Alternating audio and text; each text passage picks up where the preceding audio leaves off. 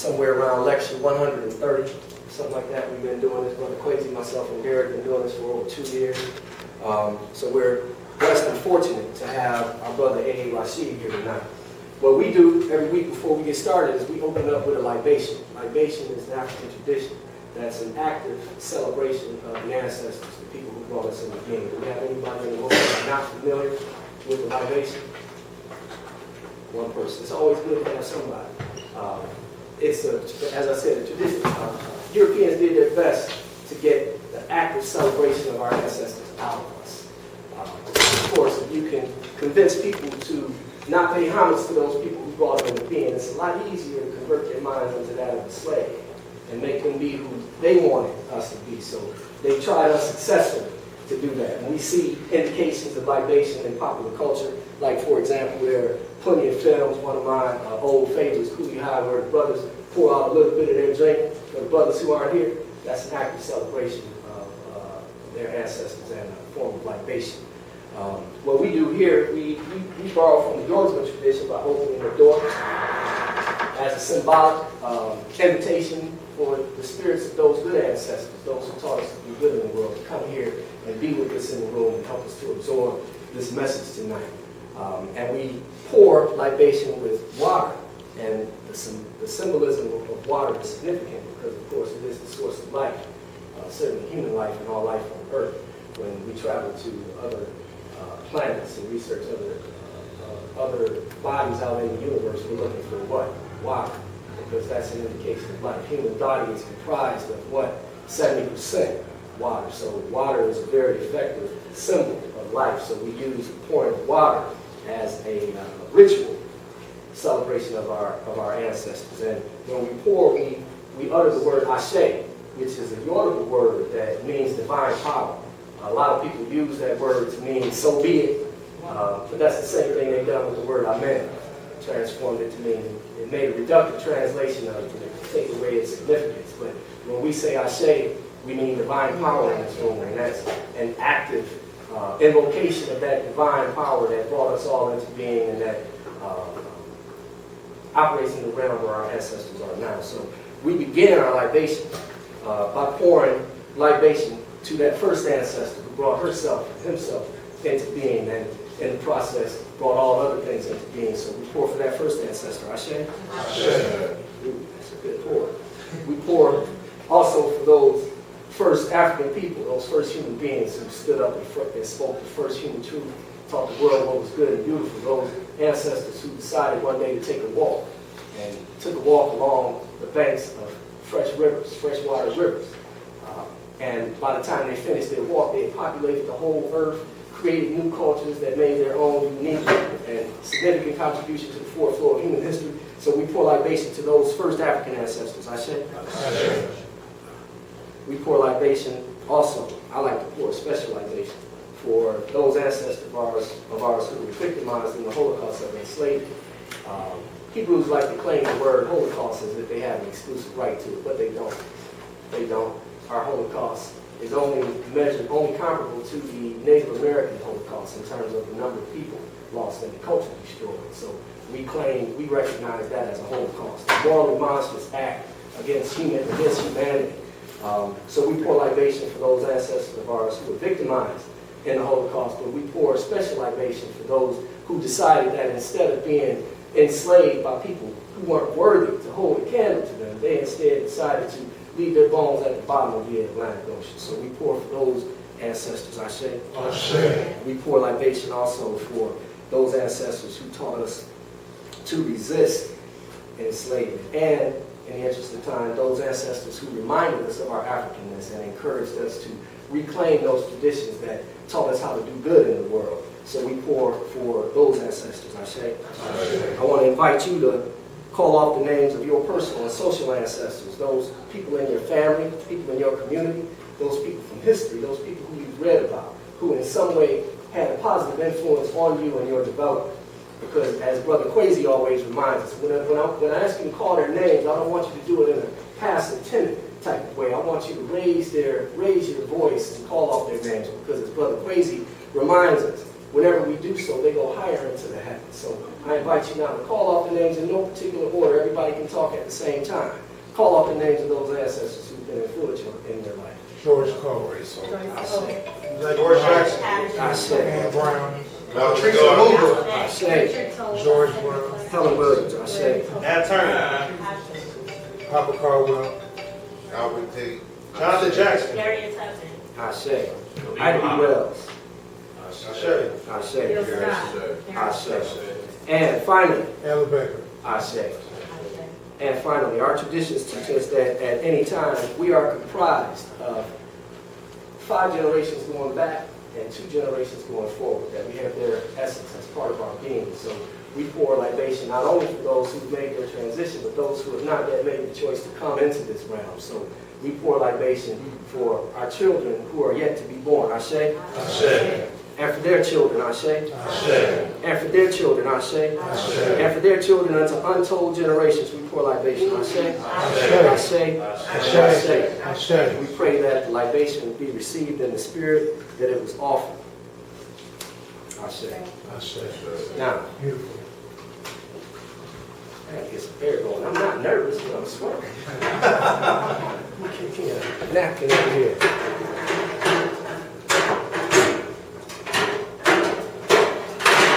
Was a beautiful libation. Thank you, brother. This brother who's giving this presentation tonight is not your average brother. You're going to find that out very soon if you've never heard him speak. This brother brings a level of depth to his presentation that few can match. I'm going to read some of what he wrote about himself on his website, and then I'm going to allow him to give you a bit of additional insight into the work that he's done.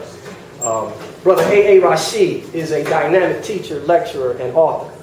His teachings push beyond the conventional Kabbalistic paradigm and are designed with a down-to-earth approach, making complex ancient concepts easy for diverse audiences to interpret and explore.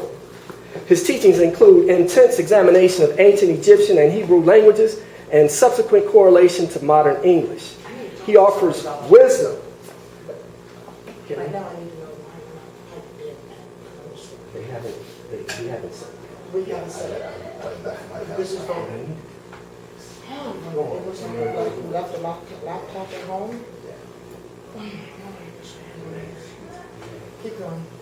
Keep going. Sorry, As I was saying, his teachings include intense examination of ancient Egyptian and Hebrew languages and subsequent correlation to English. He offers wisdom of metaphysical concepts, highlighting relationships, which brings us to a deeper understanding of ourselves and today's world. Drawing upon today's popular culture, he brings relevancy to our exploration of spiritual and social psychology. That's what he's going to do for us tonight in his presentation that he's titled Fear of a Black Illuminati. So without further ado, I present to you warmly Brother A.A. Rashid.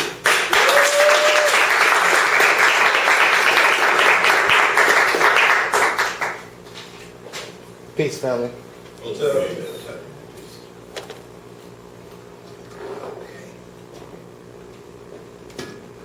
Thank you for coming, brother. No question. Give the brothers a warm black hand for the organization.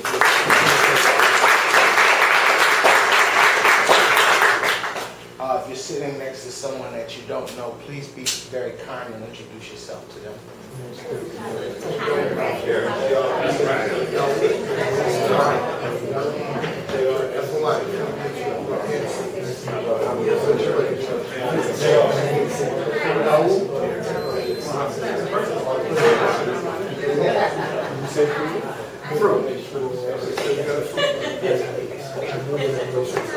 Everyone that's here essentially encompasses your community, so to speak. So it's quite obvious you should be acquainted with them. You know, that's the spirit of fellowship that I believe brings people together. If you don't know me, my name is my mother named me Ahmed. That's where my first A comes from, and my second A is Abdullah. and my last name is Rashid. The reason why I use the AA is to kind of take away all of those pronunciations away from people and get to the point. Just because I have a Muslim name doesn't mean I'm going to try to make you take your shahada to here, today. I don't subscribe to conventional religion. However, I do understand in totality that religion is the storehouse of your mysteries. Your ancient ancestors knew that you would forget who you were in the future, so they would insidiously and very intent and purposefully put the mystery in your face. One example of how the mystery is always here and is in our face presently is when you go to Las Vegas. When you go to Las Vegas, you're playing with the game of choice for many people is cards, is it not? And many people, if you do a coherent research of where playing cards come from, they're actually tarot cards. The suits and the characters in them, they can still be used for those who know about them. They can actually use them to do readings of divination. Have you ever taken a deck of cards and you tried to order them in such a fashion, and if you were to, what do they call that, shuffle them, and then you laid them out in a specific grid type of shape, I don't care how many times you pick them back up and shuffle them, they will array themselves in a specific pattern that almost looks geometric in a sense. So this means that numbers, and essentially I'm going to segue this into my point, that numbers are fundamentally the greatest form of expression that the universe has. Numbers express themselves in different ways. Now, how do we perceive numbers? When I look at this board, what number is the board? Do you see the number of the board? Well, who said 4? Okay, perception, for perceptual sake, the brother said that a 3-dimensional board that we see here, he's identifying 4 with the 4 corners, yes? Obviously. So now, what we see in geometry is the outward expression of a numeric principle inherent. And it's the same thing when people see you. When I see you, I see a number, but how do I know your number? You tell me what your number is. What is your number?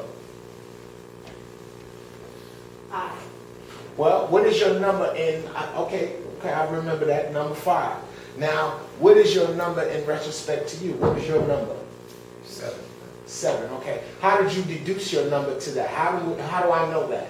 How do I know that that's your number?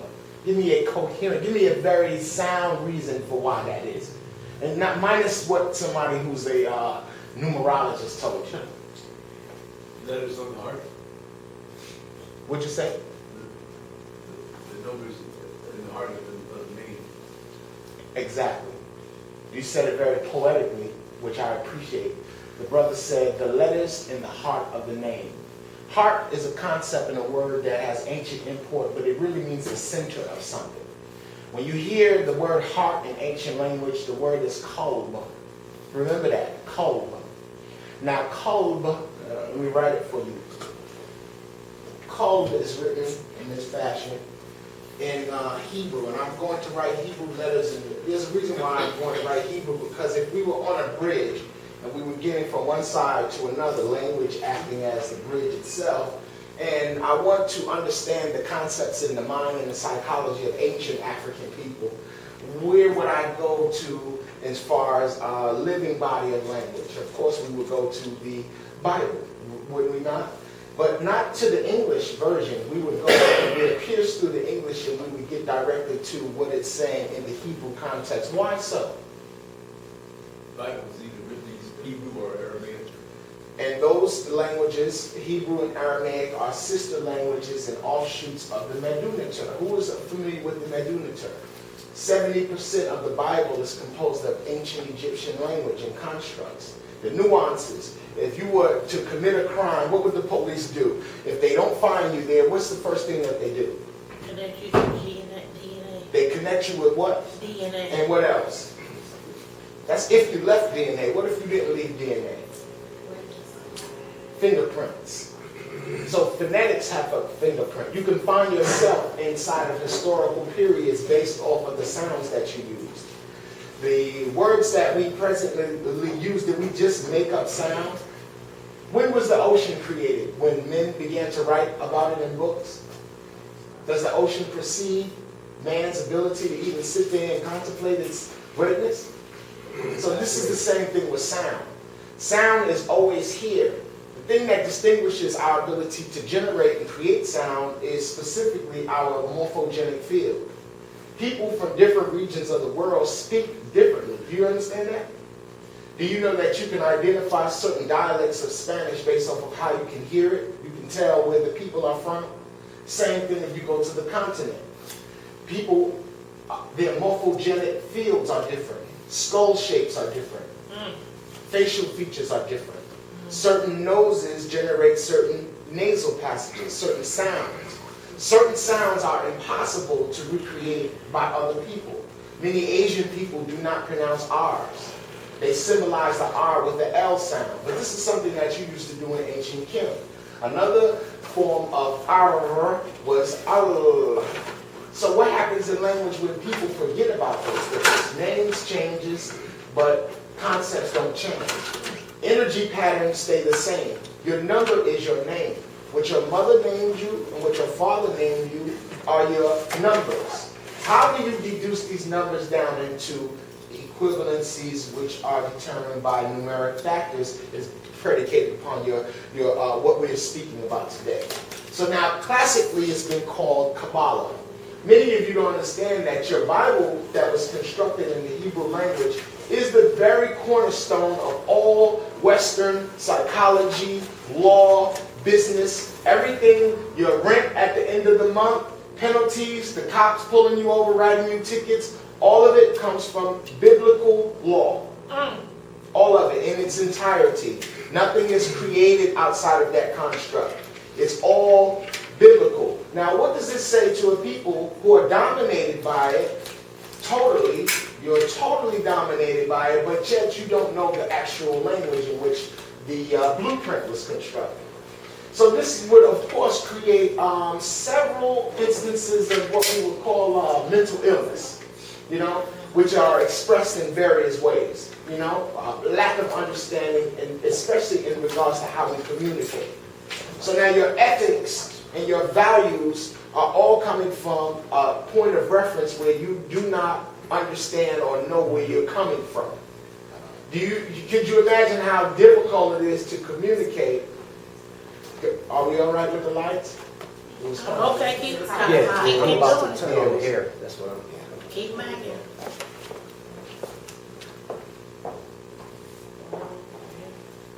Is it good? Derek, is that good? I was just saying it was better when they turn these off, I think, for him and us. 'Cause I'm not tripping. I just want to present. That's good. I'm good. it's hot. I've been turning in on the extreme air. circumstances. I'm good. And I'm going over there next. Charlie, could you call me? Are we ready? Yeah, sorry about the interruption. Okay, awesome. Now, numbers. Now, your Bible was constructed in what is called an Asosophic language, meaning that the language does not have any number systems included in it. Therefore, it must determine itself numerically based off of the actual alphabets. So, in one instance, a word may mean something, but however, this word encapsulates a numeric principle. So, if your name is Isaiah, who knows a person named Isaiah, or Joshua, or Benjamin, or Abraham? All of those names are collectively Judaic, and they come from the ideology supplanted in the Bible. And each of those names equal a numeric construct. So now, if something equals a number here, on the other side of the spectrum, it means the same thing here, even if it's expressed in two different ways. The number 31 is the suffix root of many of God's names that you see biblically that appear in this fashion. What was the name again, my brother? I'm going to tell you right now, Queen. What you see here are the letters Aleph, in the letter Lamed. So when you see, you read Hebrew from this way to this way, from the correct point of reference is this way. Now, what you hear in the sound of Aleph, you hear in Elohim, you hear in Allah, you hear, this is a constant sound in nature. When the tongue reaches the roof of the mouth, this creates a dynamic within your physiology. Many of us who are patrons of various forms of understanding are familiar with the Taoist philosophies, where Taoism is predicated on you balancing your chi and your energy in your body. One of the practices and the measures and the means by which to do so is to connect the tongue to the roof of the mouth. You can almost feel the charge. You remember when you were young and you wanted to know if a battery worked? You would do what? You would put your tongue on the battery and it would be like a taste. It would have a taste, but it would be more of a sensation, right? So now when your body has a electromagnetic pulse generating through it, it has a series of means and measures by which to connect itself. So language acts as one of those nodes. So when you're speaking the name of God, when you're expressing yourself and you're saying God's name, let's remove the concept that we're speaking about an all-encompassing entity that lives independent of you and controls all the circumstances around in your life. You're merely tapping into forces around you. Now, many people who have a Christian background, if your grandmothers and great-grandmothers were here and they saw you pouring out liquid into a plant and saying Ashe, they would say that you were all devil worshipers. They would say you were indulging yourself in something you ain't got no business doing. You understand? Because they don't, and the word Ashe, it has a Hebrew cognate and origin in that it means fire. So now when you're saying Ashe, after we're using water, what are these two dynamics that we're composing and combining together? And this is going to segue into our next point. If I say, what part of you is your fire? Because you have all four elements right now. Breathe into your hand. What do you feel? You feel heat. You feel what else? Wind. Moisture. You feel wind. And you feel the pressure, of course, yes? So now you have four of the general elements required for life. So meaning your breath is your life. Is it not? The very word espiritu is the root of your word spirit. And then when we speak and people say, you know, if your mother asks you, brothers, is the woman that you with, is she what, spiritual? They ask you that, right? She said, is she a spiritual woman? Well, what is mommy saying when she says, is she a spiritual woman? Is she a breath woman? Is she a spiritu? See, in language, we have synonymously created an unseen realm, autonomous and external to us, which defines something that we have within us all the time. Your breath form. So now your breathing syncopates you to the celestial time clock. And all of your hearts beat at a specific, going back to our brother who entered our conversation by speaking about the heart.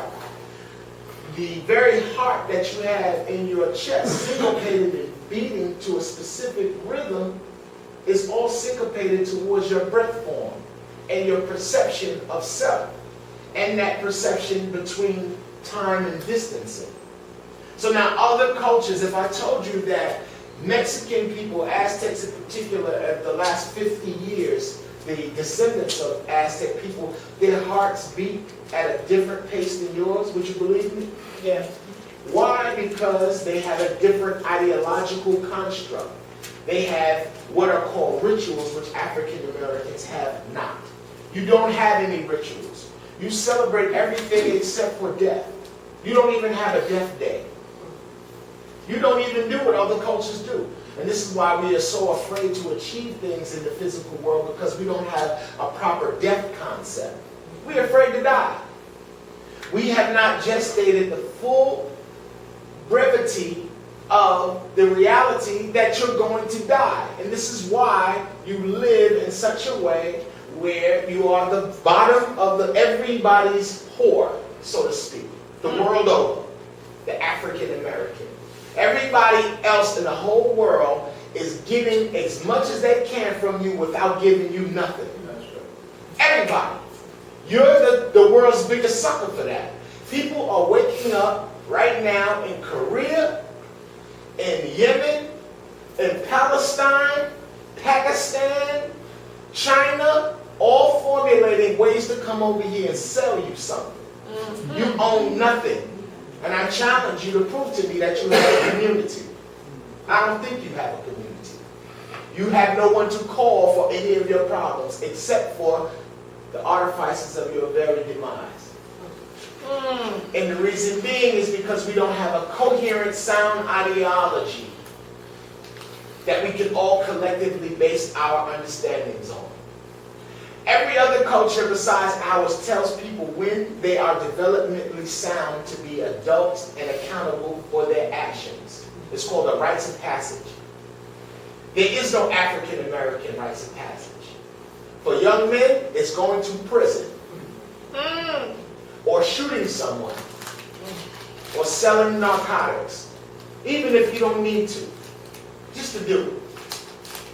For women, it's adopting as many outside vestures of Caucasian women culture as possible, or creating as much problems in a black man's life as the rites of passage. This is when the older women will all agree with you. Women who are boisterous and just crazy out of line, becomes the norm in our communities. And we are constantly arguing. Men have to be passive and be abused by women. And some people are going to be like, oh, what this got to do with, I'm really not here to make nobody happy. I'm here to improve the quality of people's perception. You understand? And perhaps if it doesn't fit to your modality, you can make the necessary changes. So on an individual level, you can do what you can do, and in doing so, you can impart that to others. So now, ritual plays a very significant role in your psychology. And what I speak about, when I speak about Kabbalah, I'm speaking about the heart of a thing. In order for you to get into the heart of something, you have to be able to receive something. Have you ever asked for something like this with your mouth closed and your hands behind your back? This is what you do. This is what people do. In their whims and their wishes, they sit up and they say, I want, but they don't put the work in to achieve what they want. Now, in order for you to achieve or to receive something, if I give you something, brother, can you try to give me something? Try to give me something. Try to give me something. Go in your pocket, give me some money. Give me some money. Can I get it? Because I'm blocking it. I can't receive it. And this is ideology. This is your perception. This is your comfort zone. This is you feeling comfortable.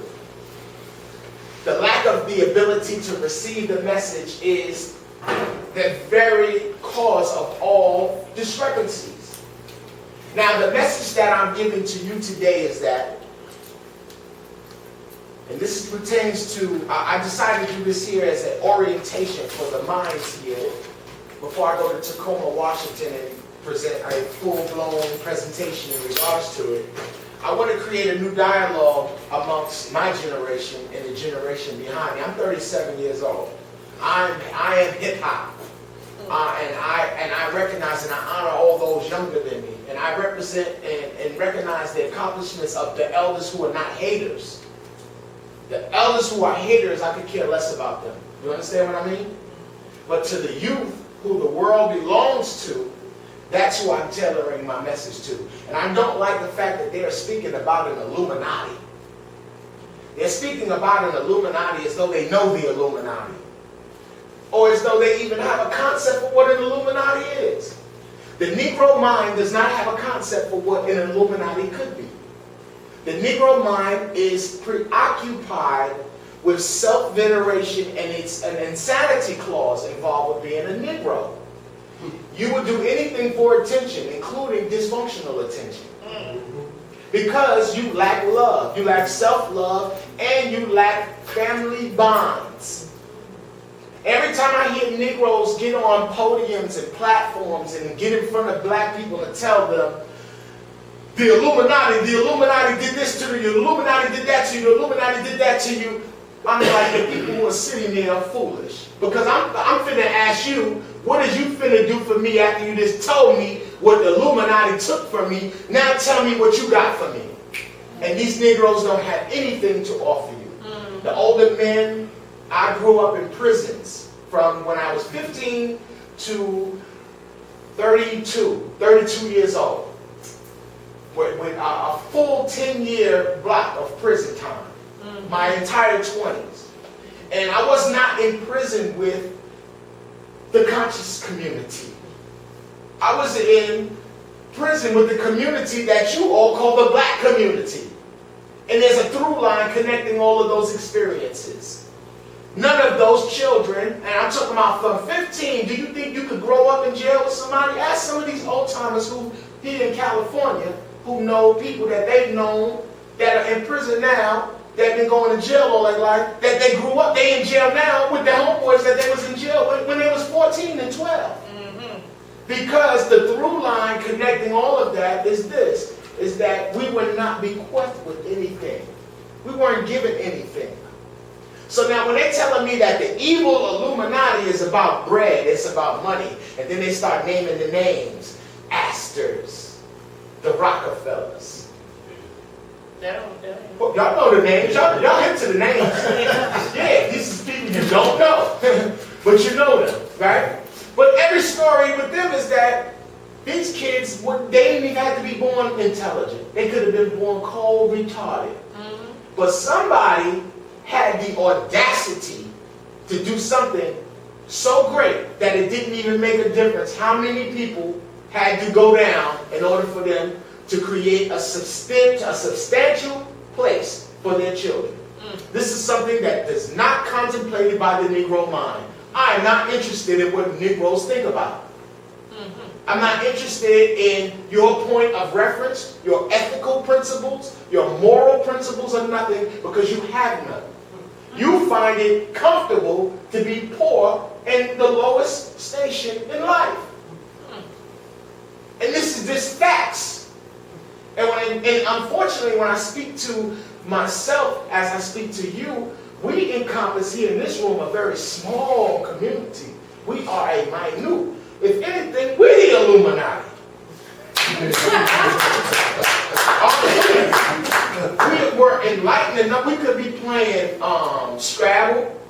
We could be shooting heroin right now. We could be selling our souls for sex right now. But now we're in here giving an empowering message in the hopes that it would do something for others, right? It's almost like we monks praying for people. You understand? So now, when I say, when you hear people go, I need that. I like that. Keep it going. You know, when Minister Farrakhan, you ever been to any of the Islamic ministers? They do that so good, they be like, yes, minister, yes, brother minister, go in. And that's positive. And that's something reinforcing. And don't trip, because we on the West Coast. Y'all are very Christian on the West Coast. Okay. This is a Christian conceptualization. Islamically, it's more of an East Coast movement. You know what I'm saying? And you know that it filters itself in the music. You never heard NWA talk about peace to the gods. It was like, you know, even though the West Coast influenced East Coast music, it took it over. You know what I mean? And that was a very Jewish endeavor. So now, when I say Jewish, it strikes a chord in many people. And when you say Jewish, it oftentimes makes people think or feel as though you're speaking about Caucasians. Now, when I say Jewish, I'm speaking about a set of traditions. However, let me write the word Hebrew for you so you can understand what, in fact, is a Hebrew.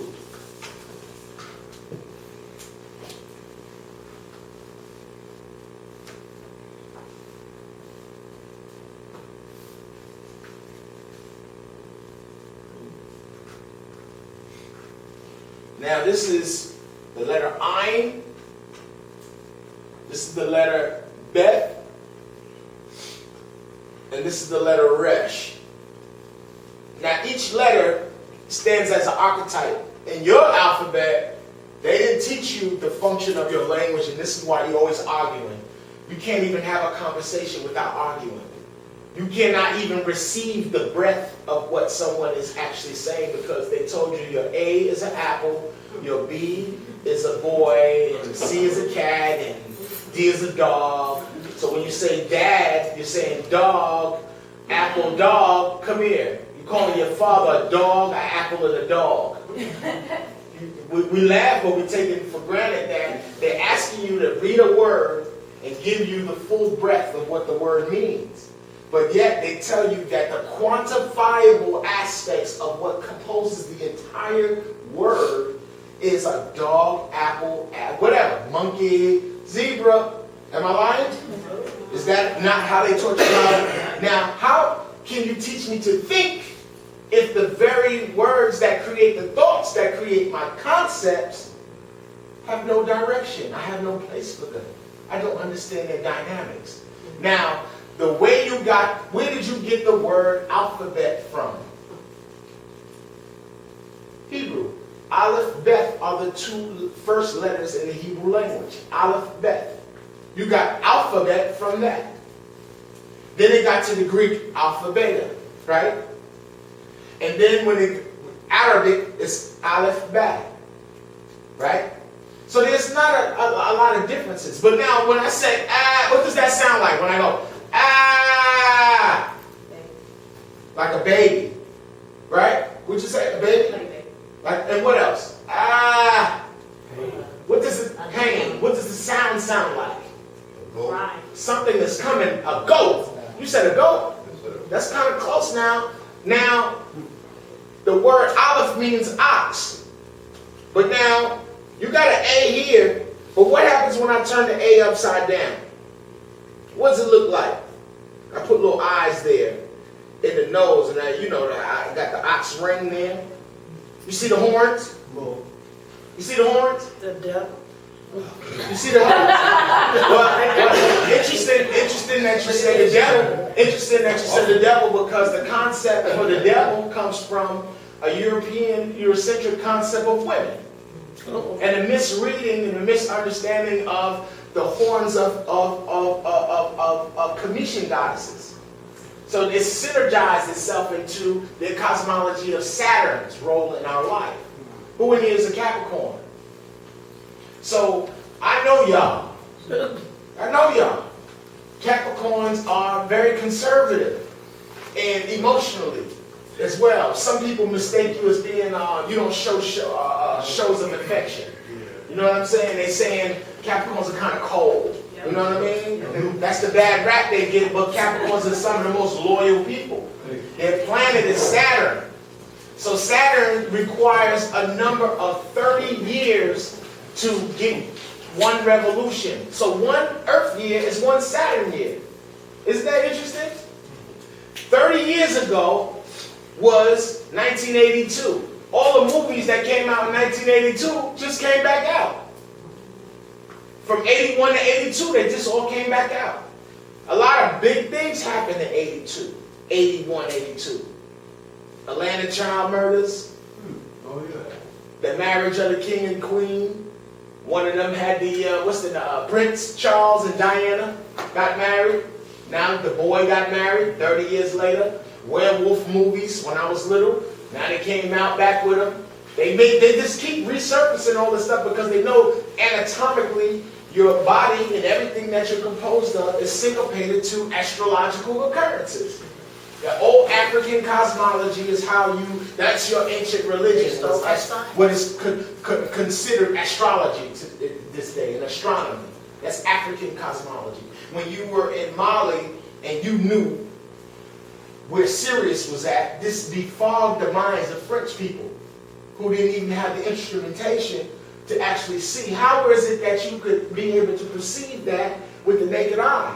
It's part of their religion. And then they systematically, very intentionally connected the star that they came from with a star, with a pulse seed that they ate. You see? So now, This is a people who can get from one place to another. So when you can get from one place to another, that's what you call a Hebrew. How can I get from one place to another? That's what they tell you, right? Ever, it means Hebrew, means to cross over. Now, the archetype, I already told you that your A's is not apples, and your B's is not for boys, and your C's is not for cats. Let's go into what the ancient dynamics, and what they told you, what these sounds meant. Ein, when you hear ein, like ein, who went to college? Who had to read and rhyme? You remember that? And rhyme? Yeah. You remember that? Yeah. Now, when you get to the letter ein, what does ein sound like? What does it sound like? It sounds like your word I. And that's what it means. The first letter of the word Hebrew is I. Ein. See, this is how they spell it poetically. Hebrew.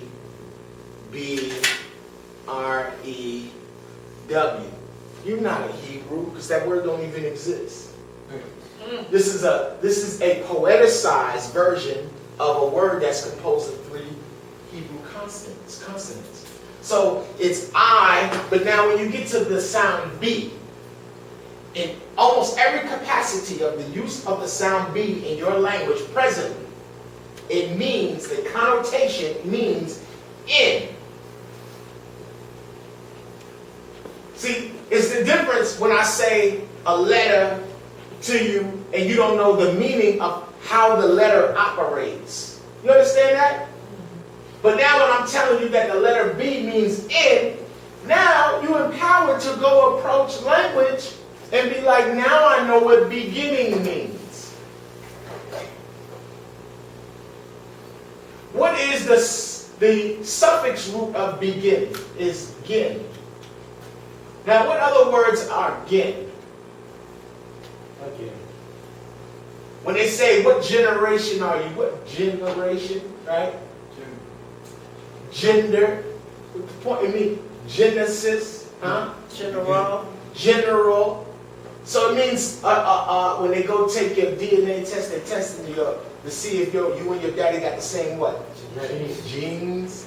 If your name is Eugene, it means the beginning, the first one. Right?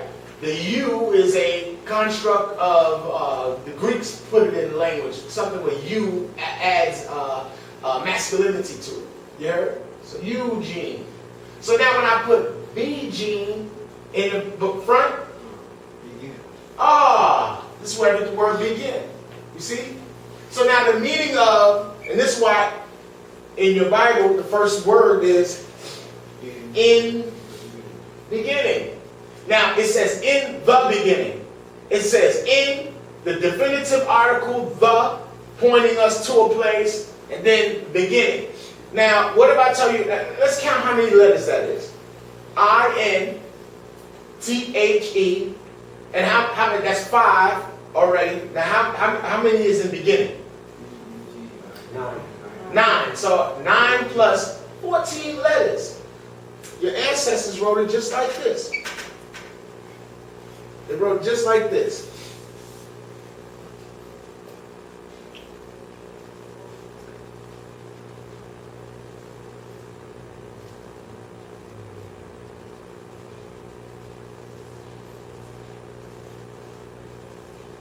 Six letters. In,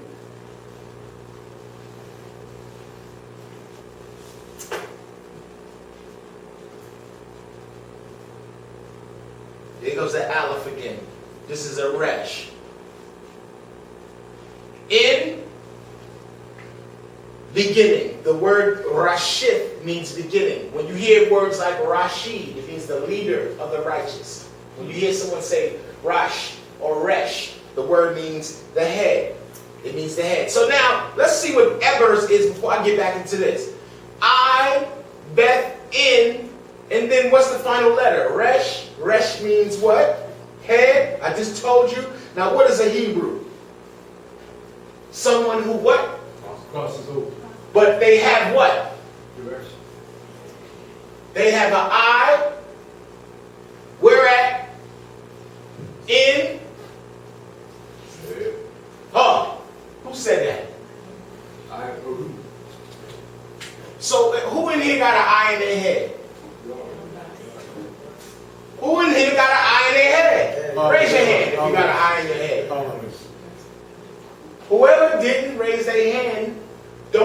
something about their pineal gland.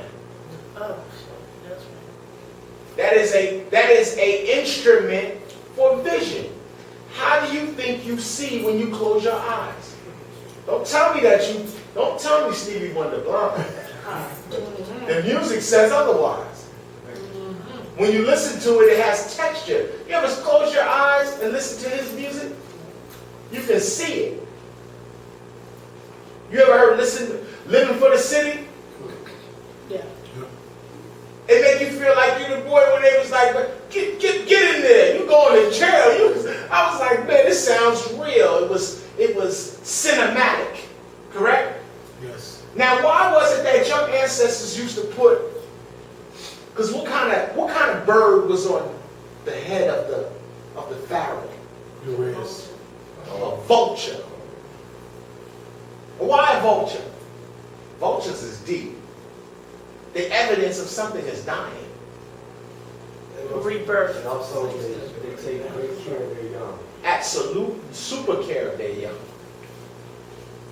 Them and hippopotamus are very crazy about their babies. Now, why a vulture has the right to be on the forehead of the pharaoh right next to a serpent? Because birds and serpents share the same organ in pineal function.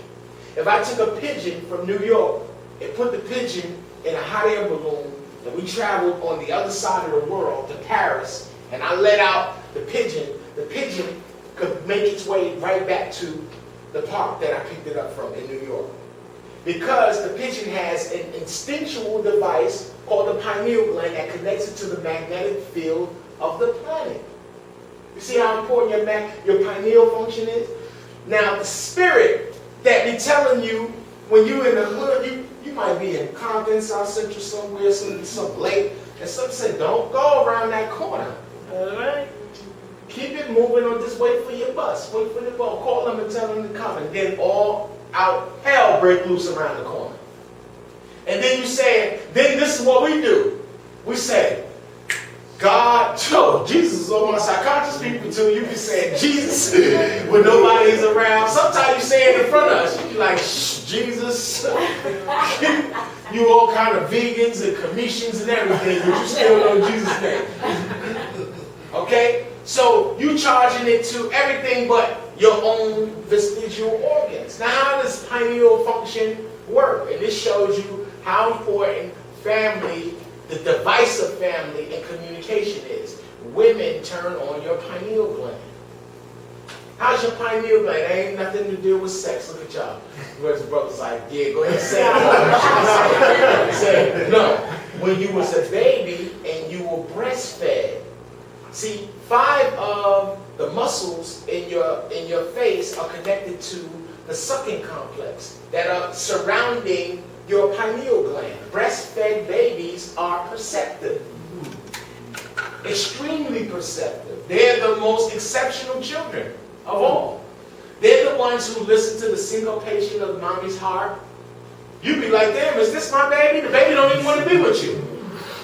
And the baby has a celestial time clock now. That's the pineal function. So do you know why you see Heru? He's about, you see how big that baby is? Heru ain't no little baby. He's about 6 years old. Still suckling. That's how long you used to breastfeed. From 3.5 to 7 years. That's how important that organ is in your perception. Now, children who do not or were not breastfed are noted to suck their thumbs and adopt oral fixations, smoking and the like. That's trying to compensate. When a child cries, they're trying to stimulate pineal function. They want to be breastfed. They want to suckle. The very first thing that you know when you come out your mother, instinctually, is when they put her breast by your mouth, you know what to do. Ain't that God? That's God at work. Right? But this culture doesn't support the women doing it. It does not support the women doing it. Women are under the impression, trying to be like for African American women, I say African American in quotations, trying to be like pilgrims and looking at National Geographic books, you think all the ladies' breasts went flat by feeding all the babies in the community. So you say, no, this baby ain't finna mess my body up. But you don't know nothing because there wasn't nothing passed down. Some women don't even take baths during their menstrual cycle because their mama told them not to, and their mama's mama told them not to. Now that's some bullshit. Excuse me. And this show you how we pass things on. That's right. This show you how we pass things on. And nobody asks no questions. Nobody asks no questions. Right? Sisters don't even know that your vaginal orifice closes and that thing gets tighter if you breastfeed. Breastfeeding also acts, so why do you think women be getting pregnant right after with the next baby? Because you didn't breastfeed. Breastfeeding acts as a natural birth control. You see? So essentially everything that men study in the lodge of Freemasonry and all of secret societies are the secrets of women. We study women, men. The Bible, the Torah, is named after the goddess Ta'ert, who is represented as a hippopotamus, but for the fact that hippopotamuses are very much into their young, and as well, they have this uncanny ability to create whirlpools. So what does this have to do with the mind of the Commission? They said, because the ancients, when they wanted to know something, they didn't go ask men to tell them. That's right. They didn't come to places like this. They didn't have to. They didn't even go get books either. They had people who would read the book of life based off of shamanistic experiences. And he would initiate you into the secrets and the mysteries of all that is to know. You see? And then if you don't get initiated, all you have to do is use your setup of observation. So we would observe. Why is it that we call the god Tahuti, Tahuti? Why is he represented as an ibis-headed bird? See, we be deep commissions. We deep. The fundamentals. It's very basic. Go watch the ibis bird. During mating season, they hit their beaks together. It sounds like tuck, tuck, tuck, tuck, tuck, tuck, tuck, tuck, tuck. So your ancestors were able to monitor periods around them based off of when the animals would start mating. So if it was all right for the animals to mate, then let's pay attention to other areas of nature. You see? So now, why is it that they would also, your ancestors, make Tahuti look like a baboon? This is the god of knowledge, Tahuti. He's the god that they call Hermes. You ever seen the Greek god with the wings on his hat? Hermes. And then the concept of Hermes Trismegistus, all that comes from Tahuti. Or Ta. You ever heard of the concept, the word Ta? It means knowledge. And this is where the word in Hebrew, the word doth, comes from. Even your word death comes from the word knowledge.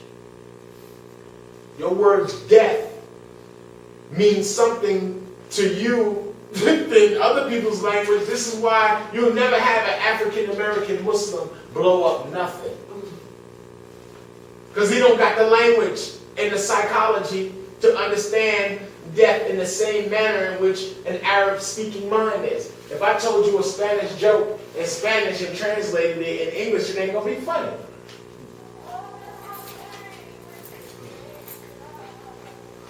He was, huh?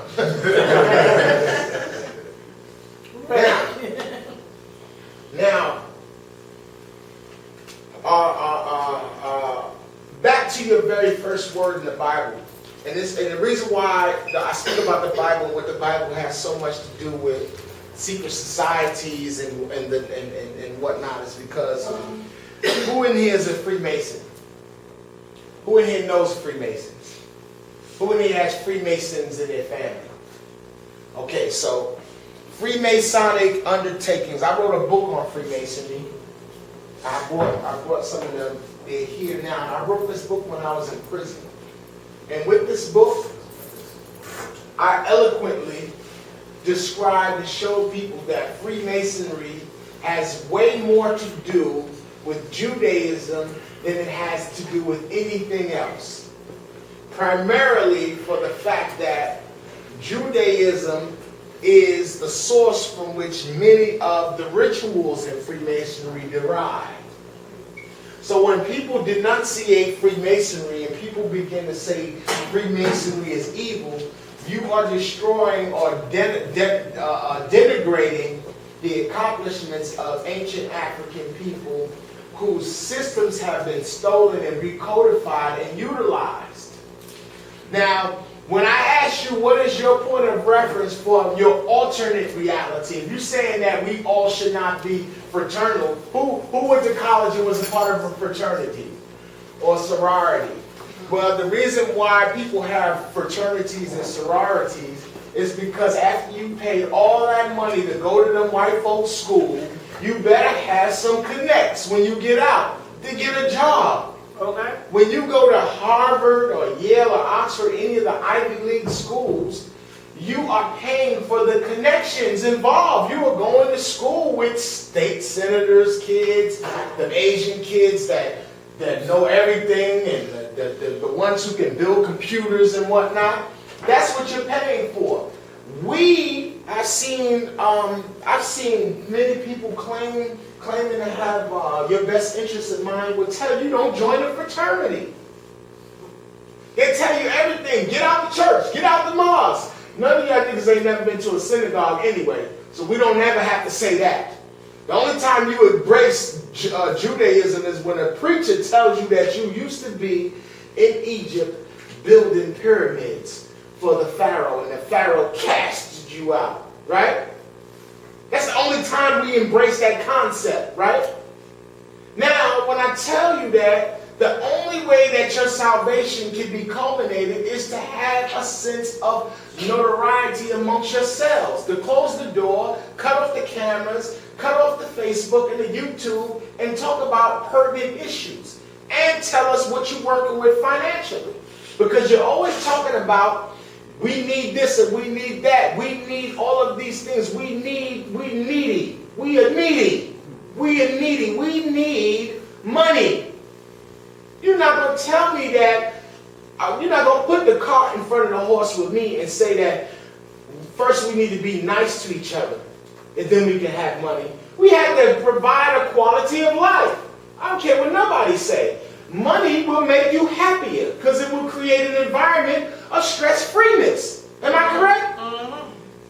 Do the Chinese lady in the store look stressed out when she's selling that liquor and them backwoods and them swishers and them loose cigarettes and them Millers and them 211s? Honey, me more. The people on the other side are stressed out. Am I correct? That's right. Yes, sir. So how is it that everybody could get it but us? You go downtown Los Angeles, Chinamen, the Mexicans next to the Chinamans, next to the Mexicans, next to the Chinamen, next to the Jew, to the Jew, to the Jew, to the Jew. Mexican security, everybody's on deck, right? Everybody's behind their counter in their respective place. No Negro jewelry store, no Negro nothing. Nothing. But they can sell diamonds next to each other. You open up a restaurant next to black people restaurant there and get the rollers to come down and burn your restaurant up. Am I lying? No. And then we talking about that you should have known better. We competing. You see? In New York, people want to go buy diamonds. They go to the diamond district. Why? Because there's 1,000 people there selling diamonds. Right? So now, we the only people that continuously tell people, don't join this, don't join that, don't join nothing. Don't be this, don't be that, don't be nothing. You heard? This be black, powerful, and broke. No fraternal nothing.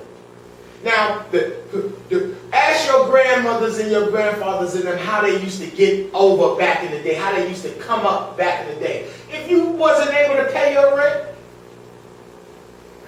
they'd go have a rent party. It'd be the Odd Fellows or something. They put the funny hats on, come down here, sell little knit beers and whatever. We can't have nobody out there like that.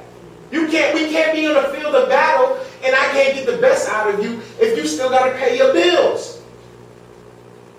Now, how do I get a bunch of people onto the same page? How do I get you all to the same page? Because this is the constant that's in all of you. The fact that you have not been initiated is nothing. And when I say you, I'm speaking to myself. I'm just being a little enamored. I'll be feeling myself sometimes. This is us. This is my. No, this doesn't look like a white man. Right? This is us. Say this is us, and this is our brain. Right? This is your brain. Right? Now, this is the location, theoretically, every time when you was little, you seen your daddy. Right? From your visual cortex right here, it sends off a set of synaptic charges that go here and light up this whole area of the brain. And you be happy. Daddy! You remember that when you was little? Daddy! You be bugging like your daddy's here, you know, right? Am I lying?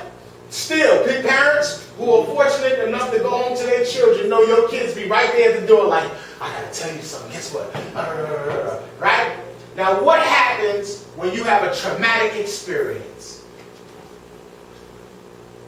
The synaptic pathway gets cut off and redirected to another area. And now daddy becomes a negative occurrence in this area. Now, the reason why everybody has such a difficult time transcending certain stations in your life where you feel bad about something somebody did to you is because you have not created new neural pathways to bring you back to happiness. How do you create neural pathways in people's minds? The reason why people can't get along and all sit down collectively is because people are still processing what somebody did to them.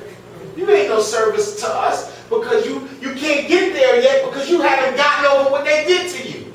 Nobody protected you. Nobody was there for you when they was touching on you. Nobody did that. Nobody readjusted or fixed none of that. So now every time you see images and sounds and words this is why people be tripping like, don't say certain things around her because of her experience or his experience. Because you have not been initiated to self-actualize. Now this is the power of initiation. The power of initiation is powerful. Young women who have daughters. How many of y'all have daughters here that are under 10, 12? Okay. At a certain station in that young lady's life, this is something that the Mexicans figured this out. Where is the Negro quinceañera?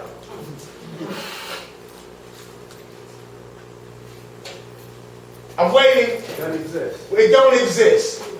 It's called Get Out of My House. What's her name in here? Thinks she grown. In here, she thinks she's smelling herself. Right? That's how you figure out that you're a woman. Your mother starts saying you're feeling yourself. You heard? It's turning it up on you. Right? I can't wait till you get out of here. Right? Psychologically, that creates a neural pathway that creates an embossed experience in your crystalline water matrix that you pass on. Speak. Nobody can even deal with you now because you haven't been raised. Now, brothers who understand the concept of the Freemasonic concept of being raised from the dead. Now, do you understand the powers of initiation? What you can do? That's why your kids don't be belonging to you after they be in the streets for a minute. They get initiated in the gang life. They don't even recognize you as an autonomous power source. Why you think your kids come right home from school and don't want to hear nothing that you're talking about? They on their devices with the kids that they just left. Because the kids that they just left had an emotional connection with them. They're emotionally intertwined. So now, the Illuminati is a small group of people who have divorced themselves from their ego, and they're willing to give it all or do whatever it takes to accomplish food, clothing, and shelter. What is the matter with that? Is there something wrong with that? Tell me. No. Don't they go beyond that though? They have to go beyond it. This is a big world. This is a big world. And we are very naive, the African American. The African American thinks that the pharaohs in Egypt was passive and they was walking around smiling. Hi, I'm Egyptian, I'm deep. Hi, I'm deep. We're African, we're deep. We don't get mad. We don't do nothing. You heard? We don't oppress each other. You know, we don't smash the weak. We chilling. You think that's what we used to do? We was kind. What is the symbol of the pharaoh? When you see them, when they lay them down, what are they holding? What are they holding? Look in the frail. If somebody come at you with a flail and a crook, in these streets you better run. You know what the flail is for? It's to whoop you, and the crook is to bring you back so you don't run. So what you think, the pharaohs was nice? They didn't have an Illuminati? They didn't have an Illuminati? They chose to build the world's largest handmade edifice in the equal land distribution of the entire planet. To do what? To put everybody on the same accord. All chapels, cathedrals, and everything is based off of line grid orientation back to Kim. You think I'm lying? Everybody know that. Everybody knows that. Because they want everybody's consciousness on the same grid. That's Illuminism. Have you ever been into a nightclub and they playing everybody's song at the same time? And everybody's feeling it? Imagine that feeling all the time when it's time to delegate your affairs.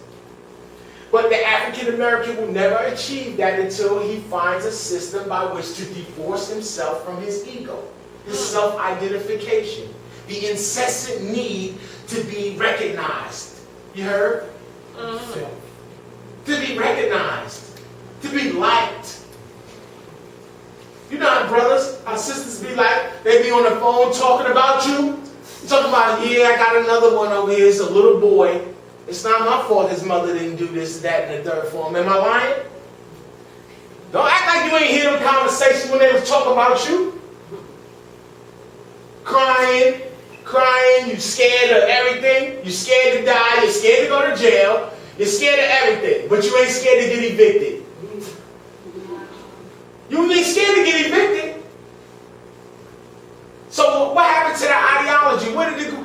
And you gonna tell me that the peaceful people is conscious and the streets ain't conscious? The streets is the one. They got the money. The white folks that'll do anything to make certain that they eat is more conscious than you. So I want to change people's ethics and your moral desire to be, because you just really just Christian on the low. You just got a new name.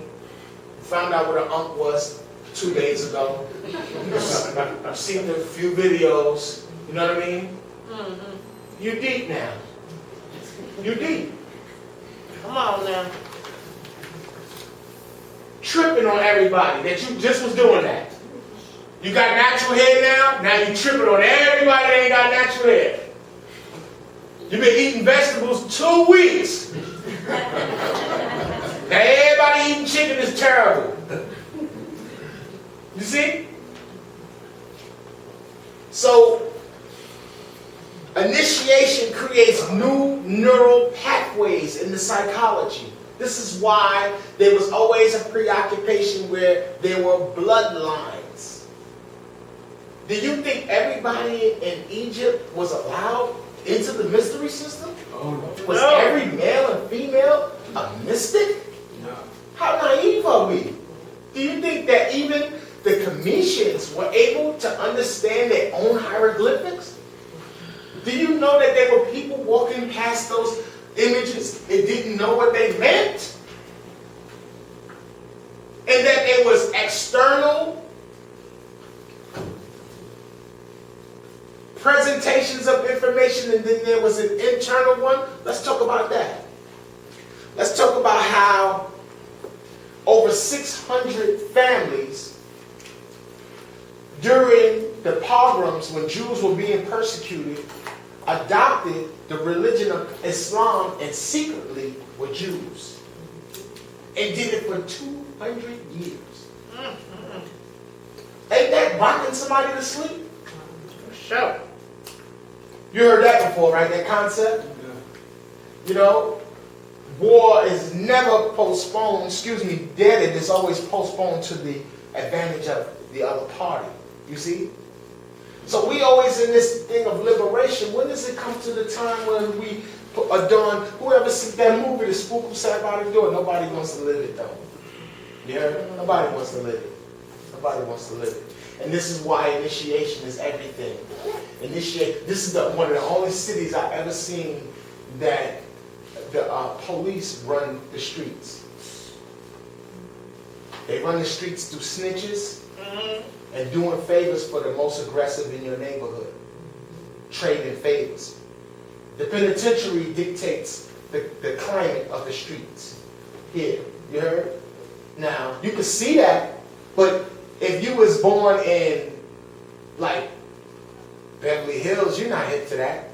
You heard? Isn't that a language that you know from observation? That you've seen occur? You know what that is, right? Training day, right? So now, everybody has a undergirding language that's connected to their culture. So I brought some books because I think DVDs are cool, YouTube is dangerous. You think you're smart after a few of those.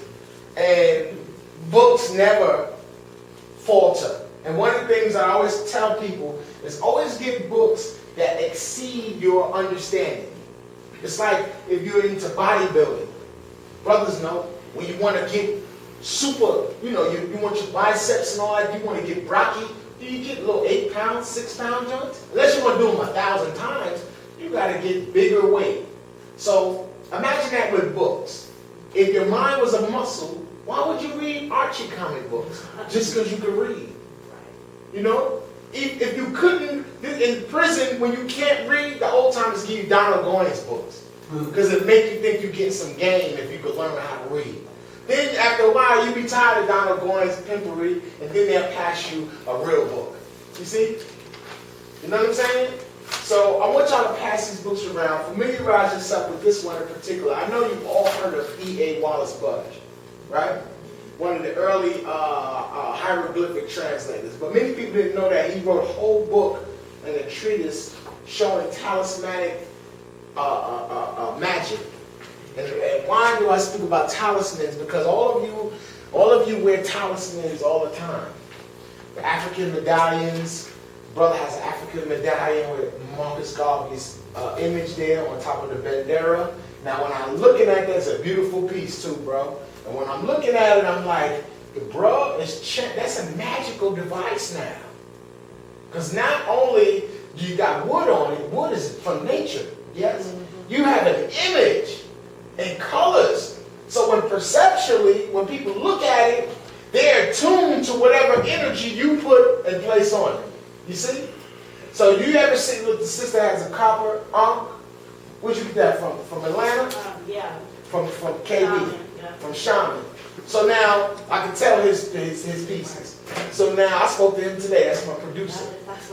Yeah. So now when I see that, I immediately know that is that's an energy device that transmits energy. Copper, it has analgesic properties. It's talismanic. When I see my brother's Los Angeles Kings hat, that's a talisman. It means different things to different people. He's saying he's a Los Angeles King. You see? I was born in Chicago. I don't play hockey. This is a goddamn hockey team. But it has indigenous people, culture. You see? You got feathers and all of that. So it means a different thing to me. You see? So the root of magic is perception. You have the ability to create magical things in your life. When I say magic, I'm not talking about miracle where you wake up and it's like $50,000 under my pillow. The magic work. It doesn't work like that. You ask the universe specifically for what you want. You can't play, Russian roulette with an automatic with asking the universe for things. Because you'll ask for something for an amount of money and it'll come as a lawsuit or a settlement because somebody died. You see? Another book I bought here to show you is by an author by the name of Gershom Scholem, who is the expert, he's dead now, German, first expert on Jewish mysticism. I don't think they ever wrote thinking that Negroes would be reading. But Negroes are reading. And this Negro here found the language under the language to find us in the diaspora. Our African consciousness is throughout. The nuances, the things that we do, the rituals that we do, all become absorbed in other religions. Here's a scholastic book. It's very small, but it's published by the University Press of Mississippi. This book is Santeria, Garments, and Altars. Now look how beautiful our tapestry is. Fashion. The very things we wear are emblematic of our spiritual systems. You see? In this book, they show the elaborate nature of the design employed in the clothes when you're operating magical principles. So brothers, I don't care how a sister look. If they well kept, that's a turn on for you, isn't it? When you see a sister that takes the time to do the little things, the details, right brothers? That's right. You be like, she's about something. You heard? So many of us like to divorce ourselves from common sense. Appearances are everything in many respects. You know what I'm saying? So look at this. I'm passing this around and you can see it's replete with the cowrie shells and whatnot. And, they have flipped through this stuff. Now, who's ever heard of a Kabbalistic encyclopedia? A Kabbalistic encyclopedia. Do you have one? Okay, this is a book that I advise you to, wherever your favorite bookstores are at, if they don't have it, tell them to get you one. It's only $40, and this will give you a new avenue in understanding the numbers that have been following you. The number that always follows me is 612, 216, 126, 216, variations of 1, 2, and 6. All of you have numbers that you look, every time I look at my clock, it's 111. Oh, look, right? Oh, look, it's 333. Look. Right? And you get excited and whatnot. And that's really the voice of the universe speaking to you. It's telling you to do things. It be telling you to do things or to pay attention. And this is how it speaks. Well, if you ever go to an African divination and you go get a reading, they pulling out some cowrie shells and they throwing them. And he's been initiated to understand that if a certain number come up on this side and a certain number go on that side, that is your answer to your question. They'll even throw them again in the shells and throw out the same thing. You see? Now this book, this Kabbalistic encyclopedia, whatever number you can come up with from 1 to like at least 15 to 2,000 has a word association that's biblical, and then you take that word association and then you can create talismanic magic, you can create all type of new portals or new avenues of, what did we say? Crossing over. You see? Who was the author? The author's name is David Godwin. Oh, Goodwin, Godwin. And this is an excellent book. And I'll pass this around. Please be delicate with it. It's falling apart. I use it a lot. And if you can find any of these type of notebooks, who has these notebooks? You remember these from school? Mm-hmm. Right? Always get you these. Because you know when you be feeling deep and you have a concept that it make you feel good all day, you feeling yourself, you was like, damn, let me go put it on Facebook. See, my brother got one. People was putting their fly stuff, there you go, on Facebook. Look what I just heard. Look what and people be feeling you for about a day or two. You know what I'm saying? Right? You, Zuckerberg is taking all your wisdom. He got it. He's using it as a platform to bring your community together. Write it down in a book. Concentrate on it. Make it concentrated. If you have a concept that's yours, that you created, don't be so fast to go run off to tell everybody about your concept. Because it really often means that you don't believe in it yourself. And you're looking for somebody else to support you in it.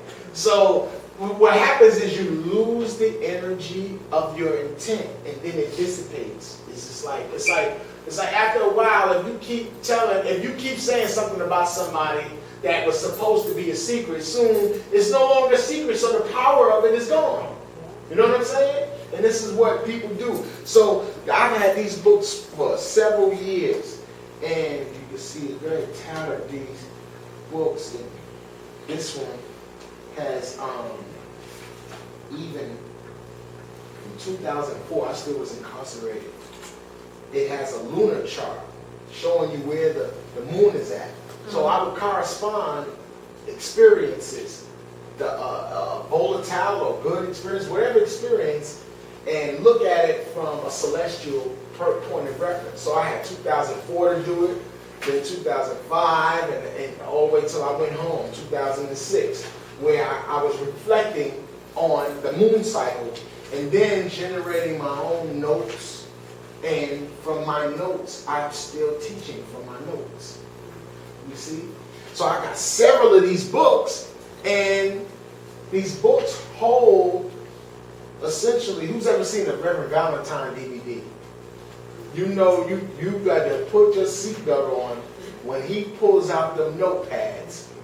Because because the word lecture means to read off the paper. You see? When he reads off the paper, it's crazier than him just dialoguing with you. You know what I'm saying? So I advise you all to get as many of these notebooks as possible and write your thoughts down, because your thoughts are everything. Now, many of us think that we the new people with all of this information, like this information is new. It's new to African Americans. Many people have been doing this for years. This is about a group of white folks called The Source from out here in California that had vegan restaurants, polygyny. Cicely Tyson was a member, and they had Kemetic names. This was one of their restaurants, The Source. So all the images that we're like, oh, you're deep, you're deep, you're deep, you heard? This in the 70s, they was on it. We are super late. You understand where I'm coming from? Like, do you understand what that means to be, that everybody in the world know that you the artifice of everything, and then one day you wake up and realize, oh, I'm a king. Where are my keys at? How do I get back in the palace? No, it doesn't work that way. You know, you were sleeping, right? So, look, unks, huh? Is this a Negro? Huh? In the 70s, been deep. So don't tell me you deep. You heard? You're remembering. Okay. You're in a series of memory updates. And many people don't understand that much of the language. When they say, when they ask the ancient Egyptians, where are the children of Asa? He says, my children are in the west. And you hear African tribes called the Asaru and things of that nature. So there's a large group, but why nobody never want to be, you never hear of the African Americans that want to be from Ghana community. You ever heard of that? Oh, them is the Kenyan brothers. You know, them is the brothers from Kenya. No, everybody want to be Egyptian. Because they light-skinned, that's why. I know you're going to get mad at me. Because I know the psychology. You can't trick me. Egyptology became popular because white folks liked it at the turn of the century. They started wearing fezzes and calling themselves Orientalists. So your desire to be like white folks make you want to be a Commission. You don't want to be from Ghana or Togo, Mauritania. You don't see niggas talking about that want to be South African. No, you want to be in North Africa with the light-skinned niggas. See? And these are languages. Language guide, Bureau of Ghana. I show you these languages. These are sounds you done forgot how to make. And this is a language that's being spoken right now. The ancient vestiges of your ancient languages where you would psychologically know everything are lodged in your brothers and sisters' dialect. Spider-Man is now a Nazi. They're putting all your concepts in your face. One of your ancient ones.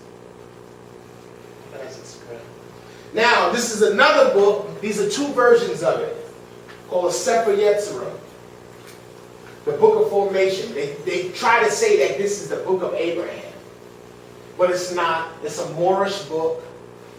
It's Arabic concepts written in Hebrew. Much of the codified versions of what Judaism mystically is and Islam mystically is all derived from the movement from 711 to 1492. That's when the Moorish occupation. This is what they never teach you here. We don't have history and geography in the West. They give you social studies. You're a slave. Harriet Tubman, Shirley Chisholm. They don't even teach you about Nat Turner. Your mama didn't have to tell you about Nat Turner. Exactly. That's it. That's your history. That's it. 28 days. Your month is over. Come on. It's March already. Stop talking about blackness. Yeah, it's over. Exactly.